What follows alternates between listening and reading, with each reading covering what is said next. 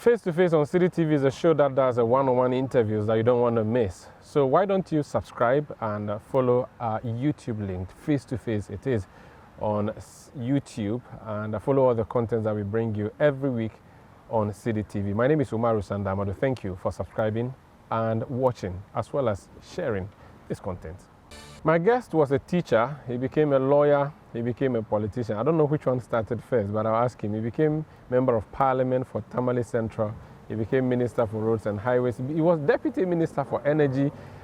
He has been Minister for Roads and Highways, Minister for Lands and Natural Resources, and then he decided to bow out of politics. Not politics, but Parliament and eventually the ministry, because the NDC lost power. The Honorable Alhaji Inusah Fuseini is my guest. You're welcome to Face to Face. Thank you, Umaru. How are you? Well, you can't complain, we're fine. If you complain, then nobody will mind you.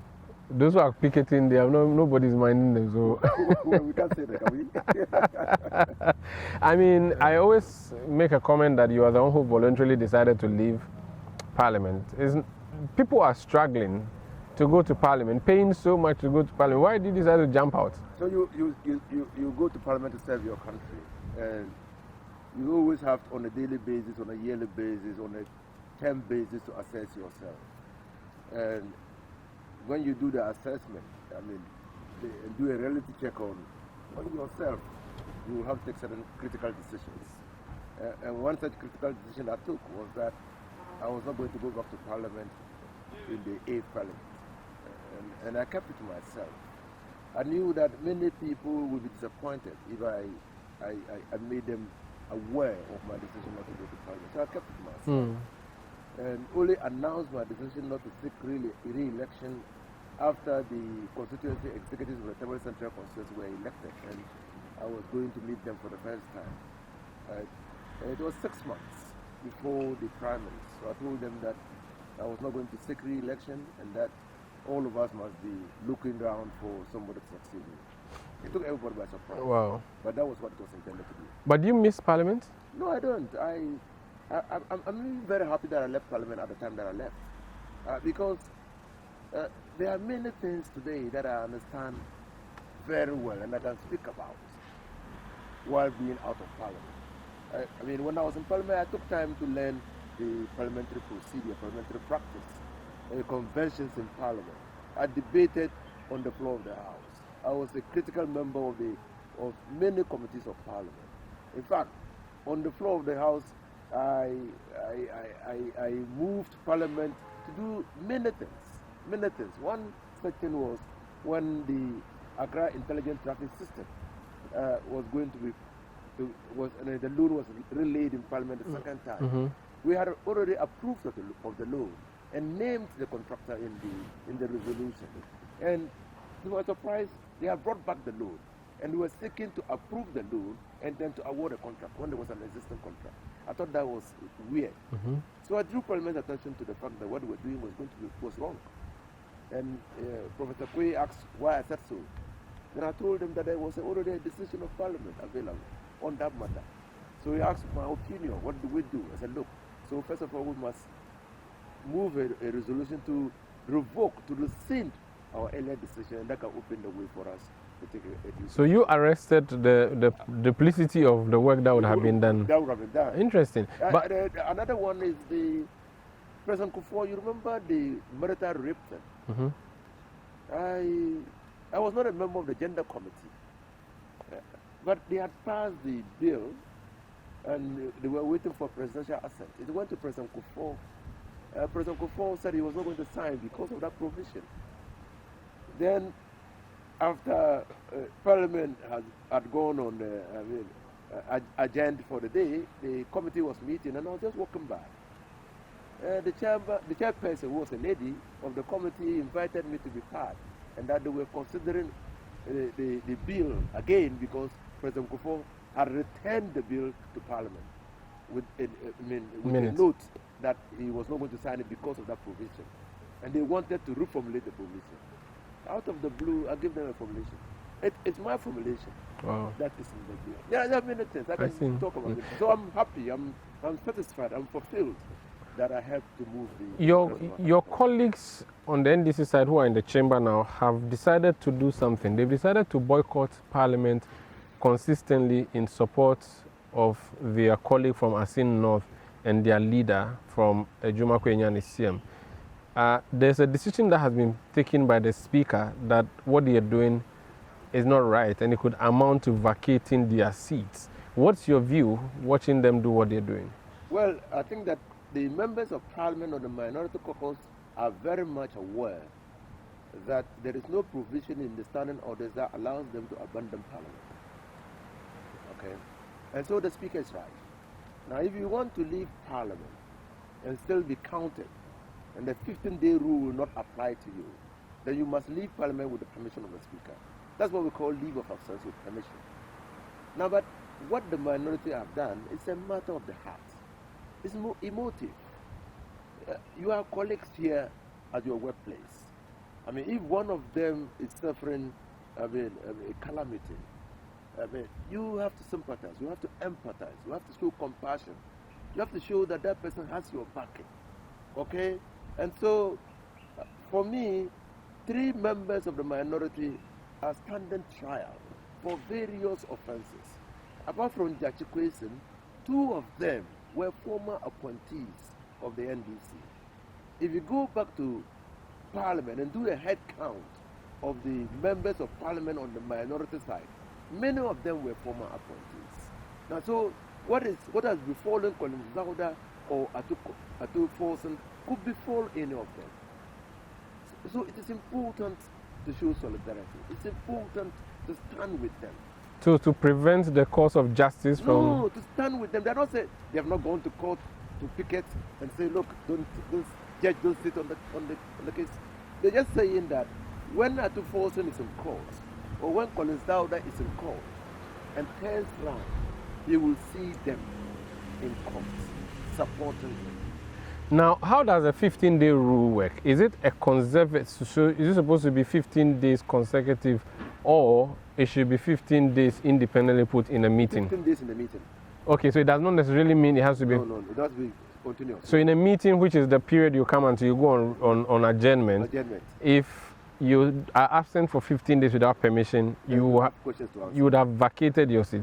But we already have 5 people who, I think 5, yeah, on the MPP side, who have been hauled before the speaker. You remember all the politics around Saraju Asafo, Kennedy Japo, and all of that. So it is not automatic that if you vacate for 15 days, if you can give justifiable explanation to the speaker, you would go, like we are seeing now. So the 15-day rule is not automatic. I mean, and that is why the Court of Appeal decision is problematic. It's not automatic. I mean, in the constitutional provision, there is a requirement of the compliance with the rules of natural justice. And so the provision says that unless you give... You are heard. Unless you give a reasonable explanation to the committee. And this committee is the Committee on Privileges. And so they must listen to your explanation. And if they are satisfied with your explanation, the 15-day rule will not apply to you. So these people can also be absent for 15 days and just tell the committee that, listen, we're empathizing with our colleague. There's a technical problem there. Okay. The committee is constituted by members of the NDC and members of the NPP. So they'll be sitting in their own cause. What I'm saying is that if the MPP, if they decide to cite all of them for contempt, and that provision is actually contempt. I mean, you've treated Parliament contemptuously because you have not disrespected Parliament. You have disrespected Parliament because you've not attended Parliament for a number of certain days. Now, to be able to constitute that committee, you need members of the NDC and members of the NPP. I mean, so if you cite all the members of the NDC for contempt, for non-compliance with the constitutional provision. And they have to sit before the committee. So how will the committee... And the committee is a standing committee. It's a standing committee. How will the committee be constituted? Interesting. They so will have even matters of quorum. Okay. Is it supposed to be 1/3 or 2/3? Because if that's the case, if it's 1/3 at least... More than half of the members... constitutes quorum? Yes. So the committee cannot even sit? Well, I leave that to you. All right, so that's just something that we are... Since you're a lawyer too, let me just run this by you. Currently, the House of Parliament has a debate on the death penalty, the decision or the plan to abolish it. Where do you stand? Do you stand that I stand for the abolition of the death penalty. Your reason being? Abound that many people have been subjected to that penal, punishment when subsequent evidence exonerates them. That's number one. Number two, that is the old law. If you want in the Bible, the Tellurianic law, that is you kill death for death. Mm-hmm. An eye for an eye. An eye for an eye. No, but you should look at the Bentham's theory. There must be utility in punishment. Why are we punishing a person? We're punishing a person to the form. So if you kill that person, you deny that person the opportunity to do what? To reform. The reformative aspect of punishment.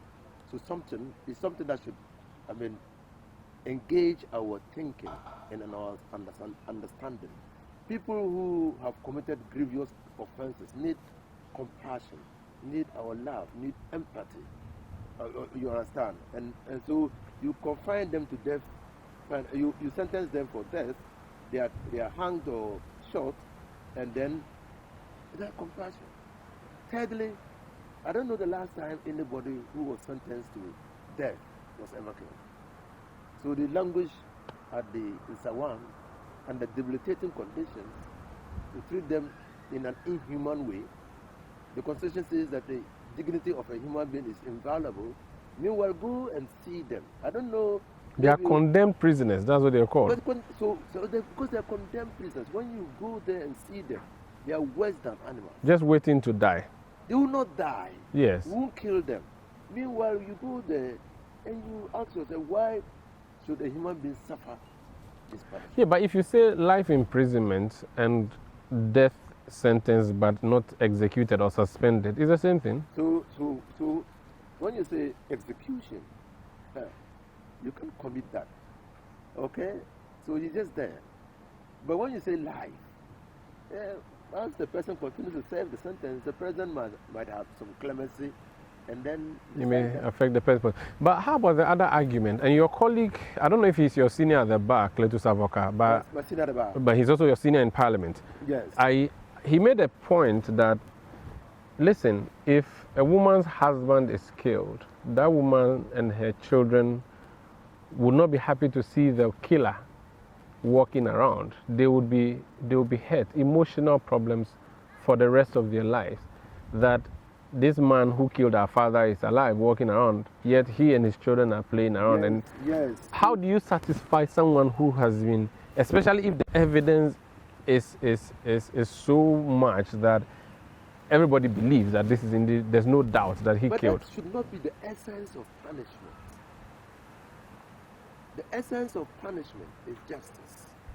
The essence of punishment is a recognition of the person that he's committed a grievous offense. So the deterrence aspect of punishment should not be... We should not give that deterrence prominence of place. What we should do is to help people to understand that we need to extend some understanding, some love, some sympathy for offenders. That we should treat offenses as symptoms of a disease and treat the disease but not condemn the person. That's how I see punishment. And I've come across examples of cases where somebody killed another person. The person was arrested, sent to court in other jurisdictions, and the perpetrator of the offense comes to the persons, the guardians or the people or the family of the deceased, and apologizes and seeks for forgiveness. Avoka makes the point that if you don't kill the person through the lawful way, the person will be killed through an unlawful way, which is lynching or mob justice and all of that. They will say that even if you take this guy, listen, if this guy, if we take him to court, they will try him at the end, he will not die. Let's kill him here and now, because we've seen him. What's the essence of So he said mob justice would go... What's the essence of our faith? Yeah, but law and faith are different. No, but what's the essence of our faith? Mm-hmm. So but people want to feel fulfilled. If you don't kill that person, if you don't, in the lawful way, those who have been hard done by will kill him unlawfully. Yes. Now, if you do anything unlawful without the orders of the court, or not in accordance with the law, then you will have also committed an offense. then we will be descending into the... Yeah, but if they do it without you knowing, chaos and anarchy. if they do without you knowing, you cannot bring an action against them. So we don't encourage that. So for you, it is abolishment. It must be abolished. For me, Amnesty International says, look at the death penalty once again. For me, there is no evidence that in recent memory, Ghana has executed anybody who has been condemned to death.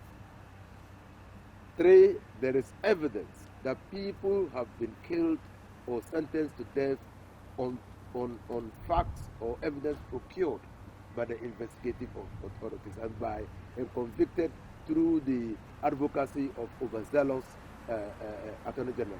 And so and lastly, the Bentham theory of punishment must agitate our minds. That punishment must be to reform a person. Okay, so you are saying this because of Amnesty International. That's the new global order. There's another new global order which is legalizing LGBTQI plus activities.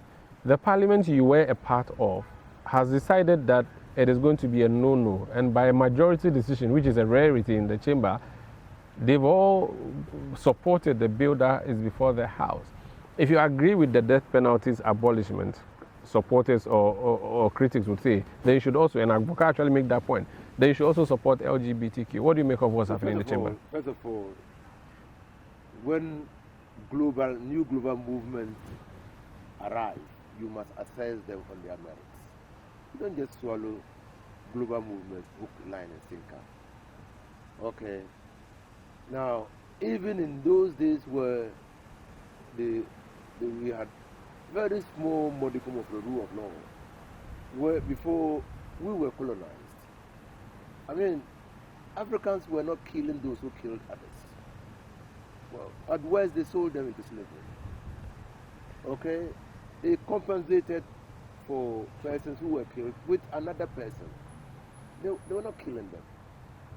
So the fact that I'm advocating for life imprisonment and not death sentence might, in some respects, be consistent with the way Africans have always lived today. 2, LGP is an attack on African traditions. Everybody or every people have the right to their own culture. It is a culture that defines you. You are who you are by reason of where you are from. And who I am by reason of where I am from. Diversity is what makes us human. Our difference should not divide us. Our difference in the sight of Allah should let us know each other. Now, as Africans, we have a culture, we have a tradition. It is, if you want, another form of colonialism or imperialism to try to impose on us a culture that is at variance with our own traditional culture. And that is why LGP is facing stiff opposition. We see it as a cultural recolonization, a cultural imposition, that this is not African. Well, if people, I have said elsewhere, the LGP practices or unnatural carnal knowledge is an inherently private matter. It's an inherently private matter.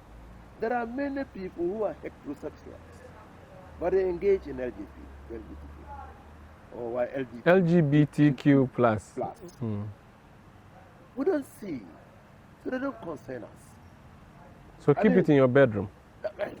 In the 4 walls of a bedroom, we are not concerned with what goes on in the 4 walls of a bedroom. That is why when the bill came up first, I said, look, what we are trying to do is to get the states to start looking into the bedrooms of people. We are creating a police state. A George Orwell kind of thing. 1984. So your TV, when you are in the bed, in your room, and your TV is on, your TV might not only be showing you pictures, but might also be recording and sending pictures. So we shouldn't have a system where under apartheid they were looking through windows and plugging out people who. So what are you saying? That we should not have a law? I do no. I mean, why will we spend state resources in prying into people's private affairs. It's already an offense. So let's leave it. It is not there. We don't recognize it. So the bill... So why don't we recognize it? If you come out openly and profess that you are LGBTQ plus. Well, I can't even pronounce it. Who mind you? But if you engage in it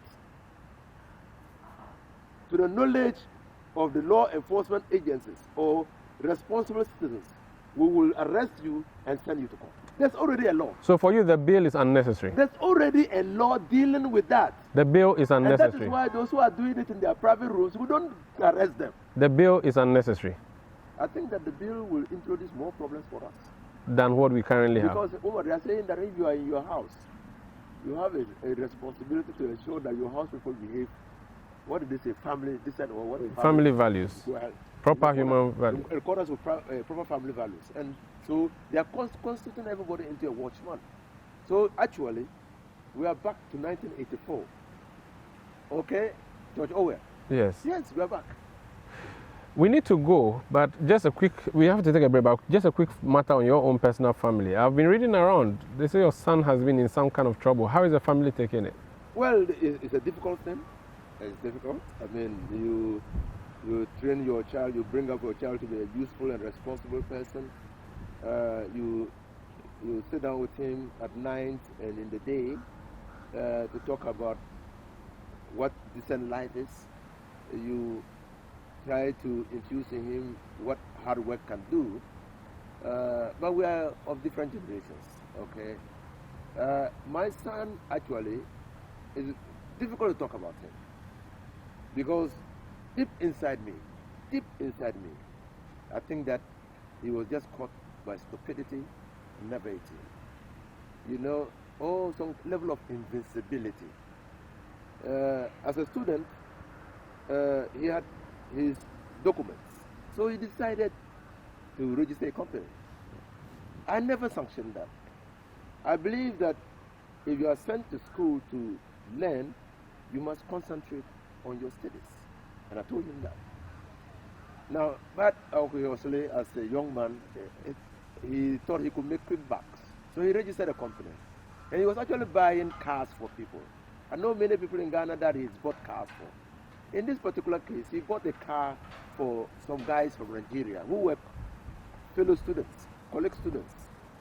And it turned out that the money that was used to buy the car was money that was obtained fraudulently. And that was his offense. Did he do this knowingly based on what you have discussed with him? He's your son. Did he do this deliberately? He actually even did not tell me. So when I heard it, I was mad at him. Because I said, no, don't get engaged. Just go to school. Finish, come back to Ghana and contribute to the development of the states. It was only when he got into trouble that he explained to me. Well, when the story first broke, many writers wrote that he was going to spend 50-something years in jail. Obviously, the court did not think that he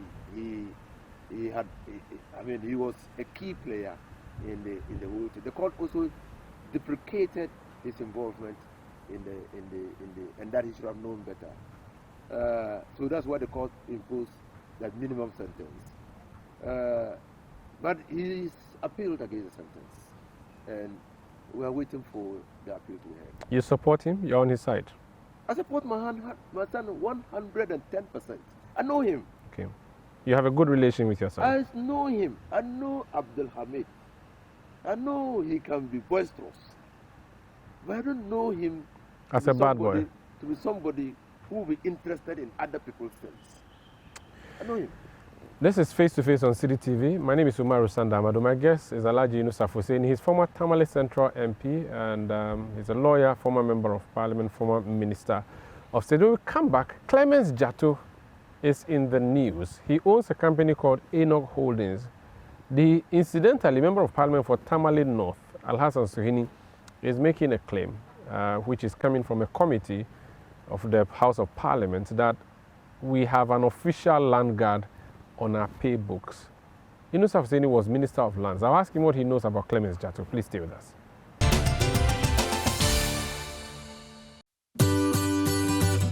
City TV is live On DSTV, go to channel 363. On GoTV, access City TV on channel 182. On a digital TV, please press the menu button on the remote control and run a new search on your TV. Take note that without an antenna, you cannot access City TV on your television. City TV can be accessed on a free-to-air digital box like the GoTV and Star Times box. City TV, it's your world.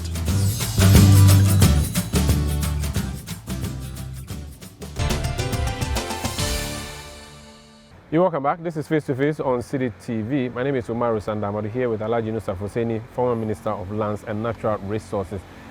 Clement Jato's name is on a number of publications for the better part of this week and last week.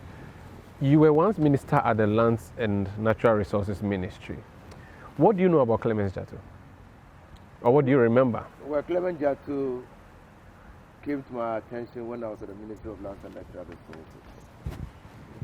And I met him already, at the Ministry of Lands and Natural Resources. I met him when he, according to the documents that I read, had brought in investors and they were considering building a supermarket around Atomic. Government had land around Atomic. There were government lands around Atomic. And he was in discussion with the Ministry of Lands and Natural Resources to acquire the land for his Chinese partners to build that supermarket. So when I met him, when I came to the ministry, he came to the office to meet me on that matter. I reviewed the documents and I realized that the acquisition process or the transfer process were wrong. I did not think that we could just give out the land to the Chinese through Clement Jato to build a supermarket. It required, in my view, a redesignation of the place, a detailed plan of the place, and so that you could parcel out the land and ensure that when that supermarket is built, it will be consistent with the developmental agenda and strategy of the Ministry of Lands and Natural Resources, the Town and Country Planning, the Lands Commission. And so I stopped the grant of the land to his company, the Chinese company, on the basis of the fact that more work had to be done to be able to give them the land. If actually government was going to give them the land. I see. So before you came to the ministry, he already had a relationship. He had a relationship with the ministry. Was it formal? Do you know? Was it formal contractual? Oh, it's not a formal. No, it was not a formal contract. An investor. Okay. So at the time, he was an investor. And which time do you go to the Ministry of Lands? Do you remember? 2013. 2013. Yes. This was Mahama's government. Yes. Okay, first term of Mahama, well, yes. Second term of Mills Mahama, but first term of Mahama proper. That's when you became. So if he says that, or if the Ministry of Lands now says he's been having business with them since 2012, you would know about that. Like what business? I don't know. Currently, the Ministry of Lands and Natural Resources has issued a statement saying that he has been given an assignment to reclaim lands. I have seen a letter from John Peter Amewu, the man who took over from you, saying that he had given him a contract to reclaim government lands and protect them. But if Peter Amewu has written that letter, that would be strange. That would be very strange. Nobody has title to government lands except government. Government lands are protected by the law. Mm-hmm. So if you are sitting on government land, you are an encroacher. At any time that government wants the land, it will pack you off. So Amewu's letter suggests that he has been contracted to reclaim government lands and protect them for the government, for the use of the government. So what has the law been doing? I have seen Kwame Jan's interview, yes. The lawyer Kwame Jan. Yes. He has said that per the Lands Act, yes. This is not a problem at all. You can go ahead and contract an individual, a private person, to protect state lands. I don't know if you have read that. I've read the lands. In what respect? how do you protect the land? The land itself is protected by law. So how do you remove encroachers? So remove well, encroachers. So if you're going to remove encroachers, encroaching there is an offense. Yes. So you go to court, okay, and take an order, and get bailiffs. If the bailiffs cannot remove the encroachers by themselves, they seek the assistance of the police. It's a state institution. In this case, and let me just say that the police has disputed it, the armed forces has also disputed, but the chief director of the ministry made this comment at a committee meeting of Parliament, at which committee meeting we are told that Professor Patrick Agbesinyale, who is the chief director there, had said that there's a going contract with Enoch Holdings, and what they do is that even police and military lands are protected by... I was in the Ministry of Lands and Natural Resources from January 2013 to July 2014.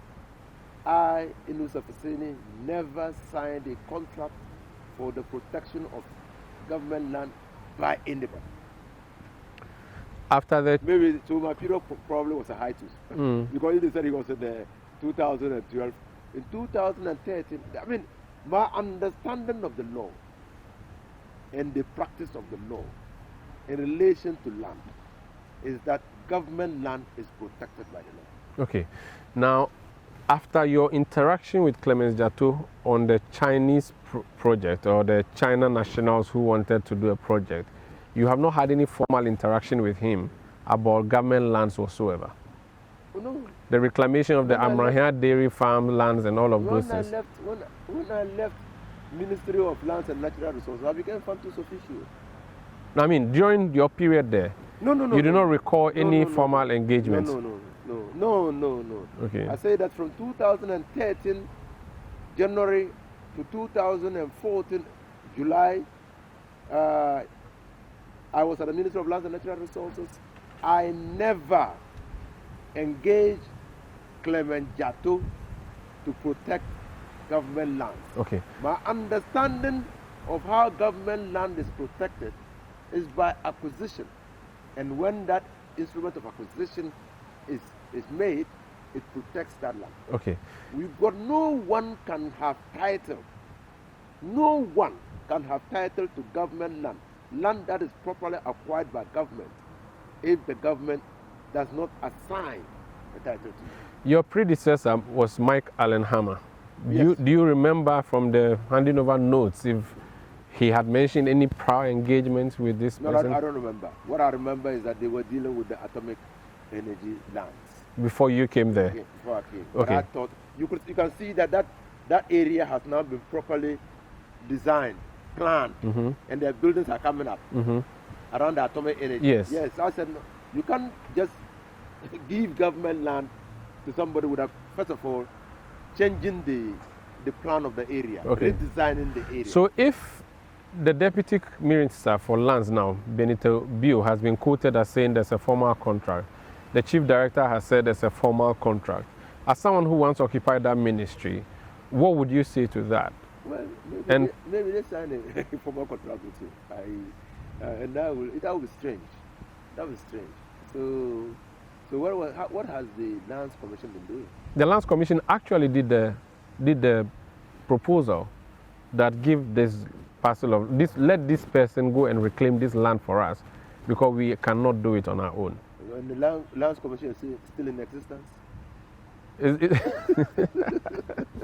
Okay. What about the other side? I have heard the chairman of the Lands and Natural Resources Committee, chair, say that what Al-Hassan Suhini, the member of Parliament for Tamale North, did by going public about private discussions during the committee meeting was wrong, and he may report him to the Speaker of Parliament. No, if the sitting was not a closed-door sitting, then nothing prevents Al-Hassan Suhini, Honorable Al-Hassan Suhini, member of Parliament for Tamale North, from coming out on what transpired at the committee. Okay.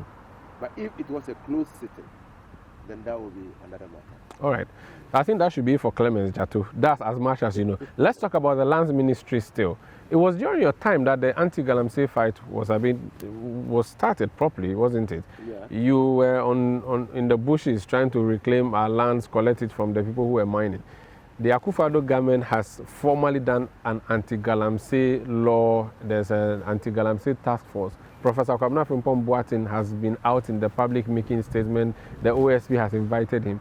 What's your assessment of the fight against galamsey now? Well, there has never been a fight against galamsey. What has actually been happening has been a reversal. I mean, what MPP came in to do was simply stop all persons who were mining and allow MPP operators to mine. Rather? Yes, and we said it openly. We said it immediately they issued that order.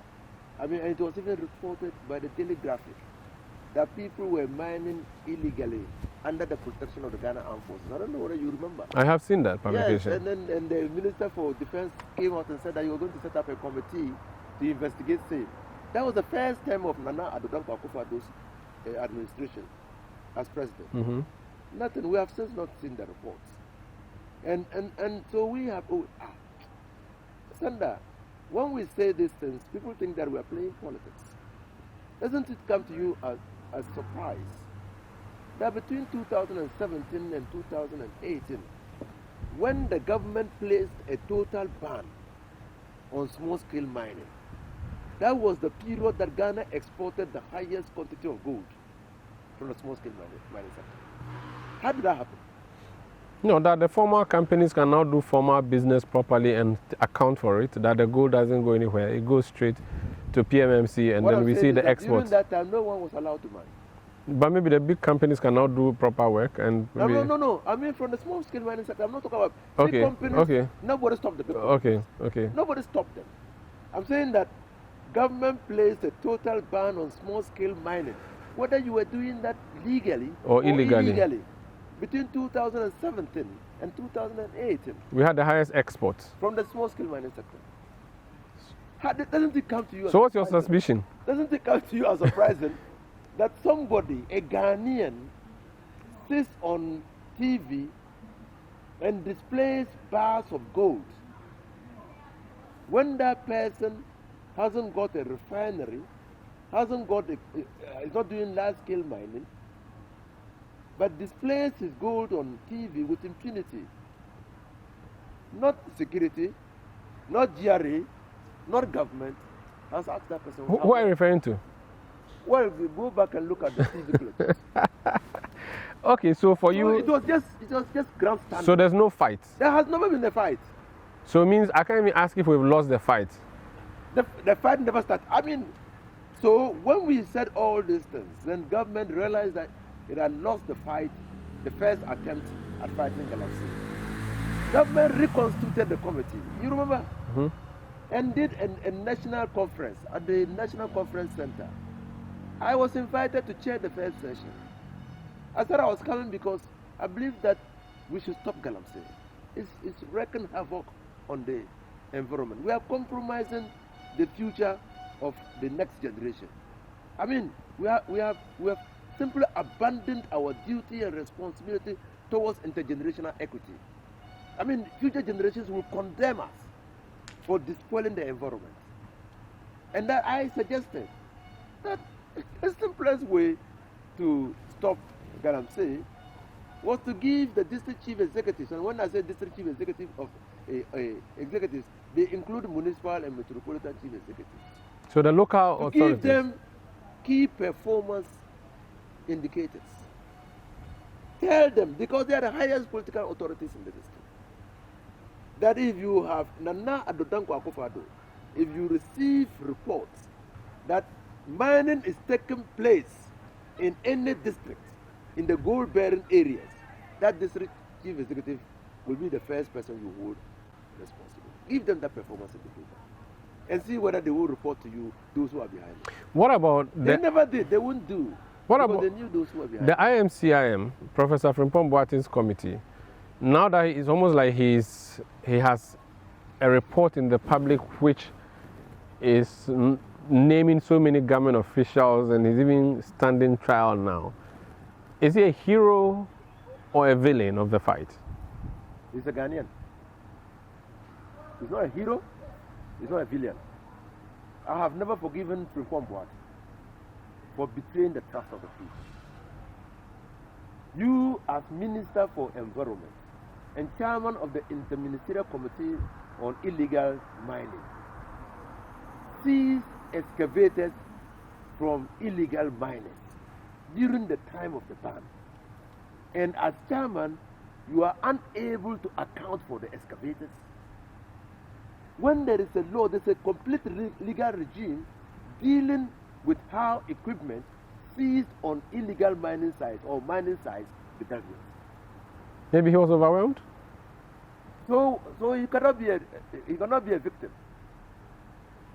Because as a public officer and a minister, chairman of the Interministerial Committee on Illegal Mining, the least he could do was to give effect to the legal regime in the Act 703 as amended. That details a comprehensive treatment on how articles, equipment, and whatever is seized from illegal miners. Why did he choose not to follow it? So there's a complete betrayal of the trust of the people. So that then you come, you see the eco city, and then you ask yourself, so why have you stopped others from mining and talking to a former vice chairman of the central region on how he could mine? Again, complete betrayal of trust. But Frimpong Boaten's report is quite revealing. So even though we knew that the fight against illegal small-scale mining was a charade, we had no evidence to back our assertion. now you have. It provides the report provides the evidence. Even though government has not accepted it. Government accepted it. It was government who requested it. But government said it's what? There were words that were used to describe the report. Government requested it. The report was submitted to the chief of staff. What government's explanation to some extent is ludicrous. They seek to convey to us that somehow, Frimpong Boaten, after writing the report or producing the report, surreptitiously gained entry into the chief of staff's office And dropped it. left the report under a stack of documents, only to be discovered when the report was leaked. And then they decided to say that was his personal view. And he's bitter. He's not happy that he's been dropped out of government. So if the request to produce a report to guide future actions on the illegal mining was not complied with by Frimpong Boaten, wouldn't they have verified it? Let's talk about another ministry you're at, roads and highways. The government has awarded a contract. We are supposed to see the dualization of Fankor to Nsawam Highway. It sounds very grand, and it reminds me of what you said when you were Minister of Roads about the motorway, that we're going to have 6 lanes in, 6 lanes out. The government is now saying we are going to have 10 lanes to Nsawam, 5 lanes in, 5 lanes out. So there are two different things.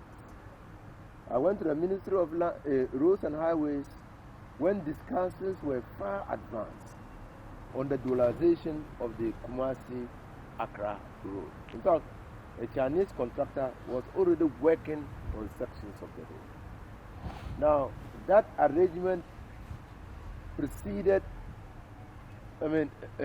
that arrangement was after the Mr. Anani, Dr. Anani, Richard Anani, had entered into a PPP engagement with foreign contractors to do the dualization.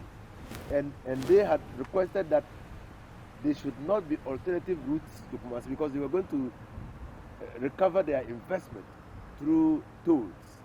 So if there were alternative routes, they might not be able to get the money. The contractors were never able to raise the required capital to implement the project. When I came to the ministry, we were still in discussions, even with the World Bank, to see whether we could raise money to do the dualization because it's part of the central spine of Ghana. We couldn't do it.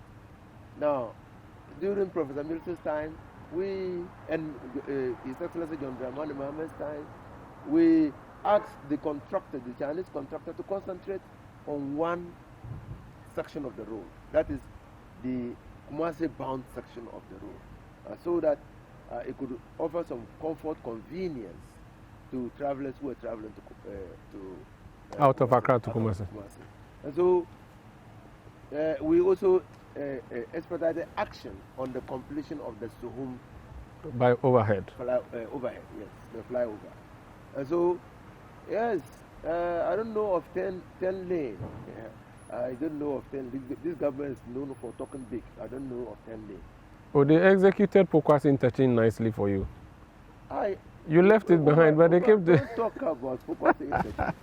Talk about something else. I was going to talk about the Brekusu roads, but I will not touch on what I would rather talk about.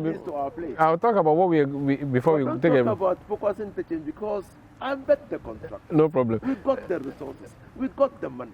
We designed the project. And you left it behind. It's just like talking about the Obichevi-Lamte interchange.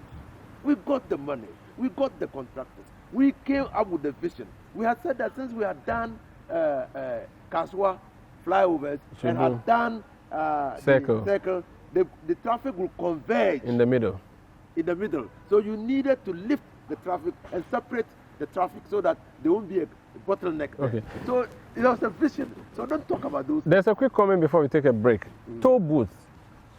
How are we going to get out of that quagmire? The minister makes an announcement that closed down all toll booths. Now all the toll booth facilities have been destroyed. We are hearing from the government now that tolling would come back. There's an element of financial loss there, isn't there? And again, the Speaker of Parliament had said that what the minister did was not right, to have just ordered the closure of the toll booths. How do we get out of that? Even if the Speaker hadn't said that, you ought to have done that. The Minister of Finance goes to Parliament and says that it is the intention of government that starting next financial year, commuters on our roads will not pay tolls. That budget could only come into force after it had been passed by Parliament. And that budget was presented somewhere in October, November. A day or two after the budget was presented to Parliament. It was the same day, actually. At the same day, the minister issues a letter. The question you should ask is with what authority? But it's still holding, and it's still the case. Holding because of the impunity. And you don't see the impunity.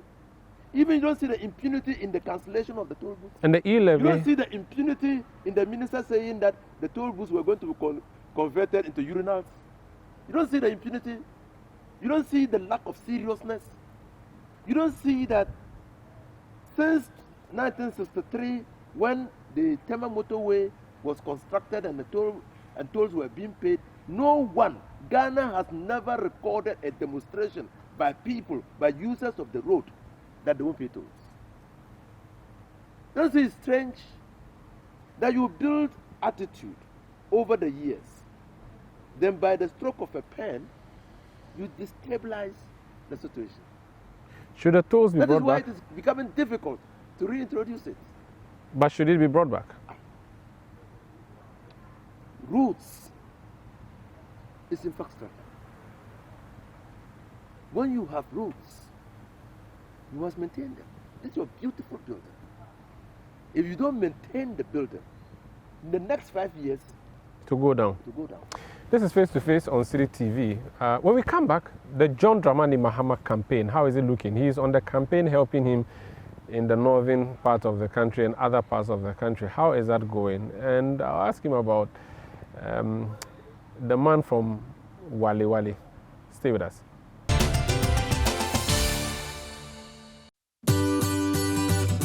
City TV is live on DSTV. Go to channel 363.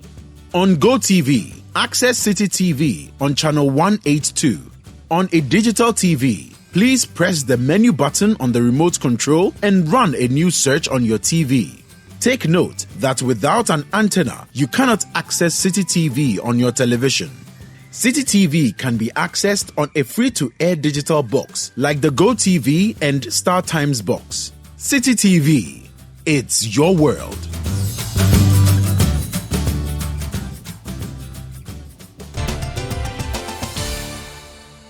You're welcome back. This is Face to Face on City TV. My guest is a former member of Parliament for Tamale Central, Inusah Fuseini. The question I'm going to ask you is without prejudice to the NPP primaries. Defendants and supporters of Dr. Bawumia have said that the best way for the NPP to win 2024 is to elect Dr. Mahmoud Bawumia as their flag bearer, because the NPP can now show that they have someone who is a Muslim and a Northerner on the ticket. And so there will be no need to go and vote for John Mahama, who is a Northerner on the NDC ticket. Do you believe that a Bawumia election is the biggest threat of the John Mahama campaign? I believe that there's no threat to John Mahama as we speak today. I believe that what Bawumia and his camp, or what all the other aspirants are doing and business doing, is to position themselves post Mahama.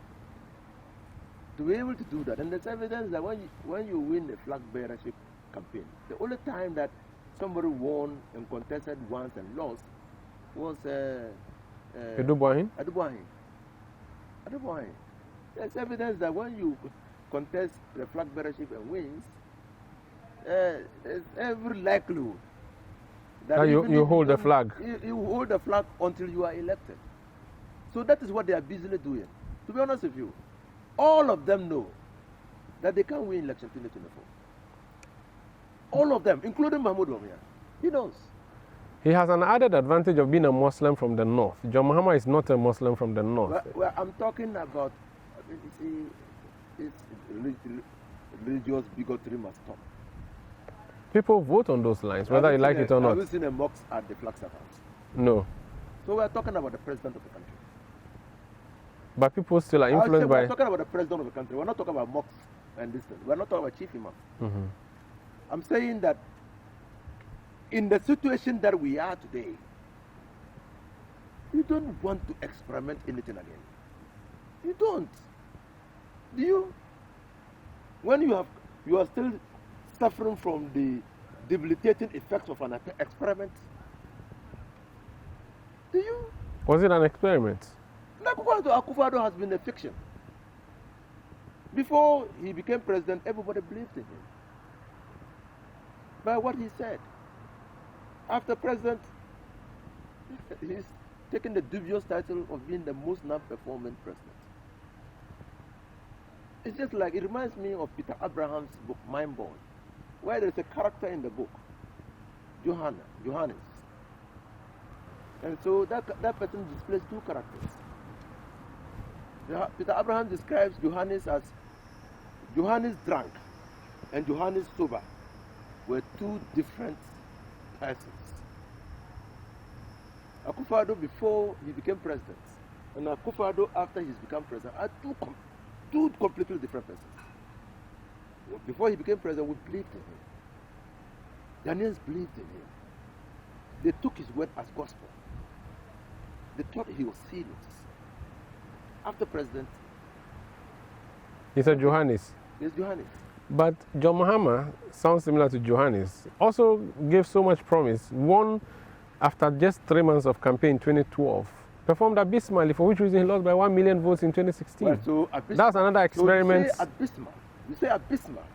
So let's compare the record of John Mahama to Nana Addo Dankwa Akufo-Addo. And understand the context in which you are using abysmal. Maybe your expectations were huge. Maybe. But by all stretch of imagination, you cannot compare the record of John Dramani Mahama to what these people have done. For the first time in the history of this country, everybody now knows that government bills are not secure. That's never happened. Since 72. It has never, even 72 never happened. 72 simply, we said Yentuya. Yeah. Yeah, Yentuya means... We don't have capacity to tear. No, Yentuya was founded on an understanding that the previous Bouzier's regime had contracted the loan in ways that were corruptible. So that was the reason for non-payment. It's not that Ghana was broke. But now we are broke. Yes. So that's the difference. That's the difference. We need to end it here. Thank you so much for joining us on Face to Face. Welcome. That's Alhaji Inusah Fuseini. Member of Parliament, former, Tamale Central, former Minister for Roads, former Minister for Lands. And he was my guest. He's still a lawyer, even though he's not been going to court. I don't know why. I think he wants to go back to teaching, which was his first love. I want to go back to farming. Okay, he wants to go into farming then. My name is Umaru Sanda Amadu. This has been Face to Face on City TV. Thank you for watching.